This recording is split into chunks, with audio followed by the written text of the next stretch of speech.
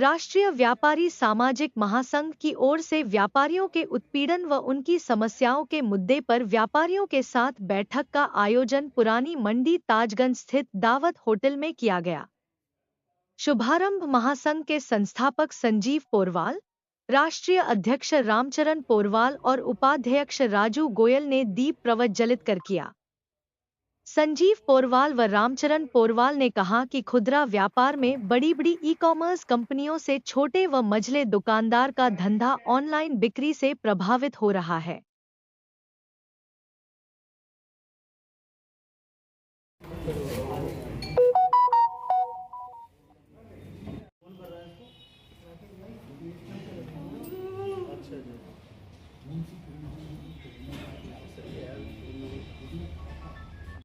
किस तरह से क्या मैंने मेरा नाम है रामचरण पोरवाल अध्यक्ष। उन्होंने जो मुझे लायक समझा, मुझे अध्यक्ष बनाया राज्य में। छोटे छोटे जो व्यापारी हैं उनका ज्यादा उत्पीड़न होता है, तो उसके लिए हम सब लोग एकत्रित होकर हमारी सब्जी इकाई और हम सब लोग उनका निवारण करेंगे। मतलब उनके जो उनको तकलीफें हैं उनको हटा देते हैं। ठेल वाले हुए जैसे सब लोग हुए, तो उनका हम साथ कंधे से कंधा मिला के उनका जो कोई तकलीफ होगी उसको दूर करने की कोशिश करेंगे। और जैसे व्यापारी का उत्पीड़न है और उनको जैसे छोटा मोटा लोन भी चाहिए, तो लोन भी जब बड़े बड़े लोन मिलते हैं लोगों को किसानों, तो उनके व्यापार चलाने के लिए छोटा मोटा लोन होगा तो उसको भी हम कराएंगे, सरकार से मांग करेंगे। और सब जो कुछ है, सबसे ज्यादा परेशानी और व्यापारी लोगों को शासन के लोगों से आती है जी। इसके लिए संगठन क्या करेगा? संगठन संघर्ष करेंगे और क्या, उनका जो तकलीफ होगी सबसे निवारण कराएंगे उनका। हाँ जी, मेरा नाम संजीव पोरवाल है और मैं राष्ट्रीय व्यापारी सामाजिक महासंघ में आज प्रेस वार्ता का आयोजन किया है, क्या उद्देश्य है? हमारा सबसे पहला उद्देश्य ये है कि हमें व्यापारियों की मदद करनी है और व्यापारियों के साथ हमने जो पहली कोशिश करी है वो महिला व्यापार को भी अपने साथ जोड़ने की कोशिश करी है।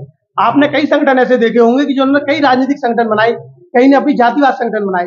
ये पहला देश का ऐसा संगठन है जो राष्ट्रीय व्यापारिक सामाजिक महासंगठन इसका नाम है। इसमें हमने महिलाओं को भी अपने साथ में लिया हुआ है। इसमें जाति में हमने कुशवा साथी को साथ लिया हुआ है, बेस्ट साथी को साथ में लिया हुआ है, यानी कि अदरकाइज मुसलमानों को साथ में लिया हुआ है। जितने भी कास्ट के लोग रहते हैं हमारे देश के अंदर, अखंड भारत के अंदर जितने भी लोग व्यापार करते हैं और जितनी भी जातियां यहाँ पर रहती हैं, हम उनको अपने साथ में चलेंगे, उनके साथ में रहेंगे। उनकी जो भी समस्या होगी शासन स्तर से होगी, प्रशासन स्तर से होगी, हम अपना जी जान लगाकर समस्या को सॉल्व कराएंगे। और हम सरकार के आपके द्वारा, आपके माध्यम से, देश के चौथे स्तंभ के माध्यम से आज मैं आपको साफ साफ ये बता देना चाहता हूं कि जो उत्पीड़न व्यापारियों का हो रहा है, मैं आपको बता दूं जीएसटी पर हम जो चाहते हैं कि इंक्लूड जीएसटी पर जो भी ग्रोथ है 30% उसको कम कर दिया जाए। शिक्षा, चिकित्सा और पढ़ने वाली वस्तुओं को, खाने पीने वाली वस्तुओं को जीएसटी बिल्कुल शून्य कर दी जाए। आपने देखा होगा बिना नोटिस दिए दिवाली का त्योहार चल रहा है, होली का त्योहार चल रहा है। आपके भी कई रिश्तेदार, आपके भी कई मिलने वाले, आपके भी कई संबंधी जो व्यापार कर रहे हैं, अगर मान के चलिए 10 दिन पहले, 15 दिन पहले आप उन्हें नोटिस कीजिए, आप उन पर एसआई भी कीजिए। आप एकदम टीम बना के गए और आपने उसके पूरे त्योहार को बिल्कुल सत्यानाश कर दिया। उसके बच्चे रोते रह गए और आपने अगर उसका कपड़ा उतार के वो आपके उसके विभाग में बैठा तो आपने उसको जेल पहुंचाने का काम कर दिया। क्यों कर दिया? क्योंकि कोई संगठन उसके साथ नहीं था, कोई मजदूर उसके साथ नहीं था, कोई नौजवान उसके साथ नहीं था। लेकिन ये संगठन कंधे से कंधा मिला के उस व्यक्ति के साथ जेल जाने का काम करेगा। और व्यापारियों को बताएगा सरकार की जो स्कीम है वो व्यापारियों के साथ नहीं है। आज व्यापारी उससे पीड़ित हो सकता है। वो ऐसी बात आ रही है कि इस सरकार से, जो सरकार पार्टी बताई जाती है कि व्यापारियों की उससे पीड़ित क्यों है? सरकार देखिए क्या किया, विभिन्न तरीका के जो टैक्स सरकार ने लगाए उससे आम आदमी का बहुत ही बड़ा शोषण हुआ है। आप मुझे बता दीजिए कि खुला आटे पर टैक्स नहीं और पैक आटे पर टैक्स है। आप मुझे बताइए, बच्चे जो पढ़ने जाते हैं उनके पेंसिल और रबड़ पर टैक्स है। आपने कप्पन की रसीद देखी है? आप जीएसटी के मुर्दे पर टैक्स है आपका। आप अगर आप कप्पन गाड़ी की रसीद भी देखने जाएंगे तो आप उसमें नोटिस करेंगे उसमें भी टैक्स लगा रखा है। इस टैक्स से कैसे बचा जाए? व्यापारी आर्थिक रूप से भी कमजोर कर दिया, मानसिक रूप से भी कमजोर कर दिया।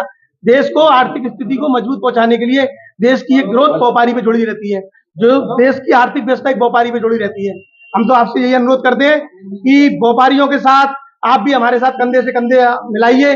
उन व्यापारियों को कुछ लघु दिग्विजय माल्या करोड़ों रुपए लेके भाग गया, नीरज मोदी करोड़ों रुपए लेके भाग गया, और आज देश का एक 50,000 का एक ठेल वाला अगर लोन लेने जाए तो आप बताइए, अगर मैं गलत बोल रहा हूं तो उसको 50,000 रुपए के अंदर इतनी जांचें करा ली जाएंगी जितनी ब्लड की जांच नहीं होंगी उस 50,000 रुपए के लोन में करा ली जाएगी।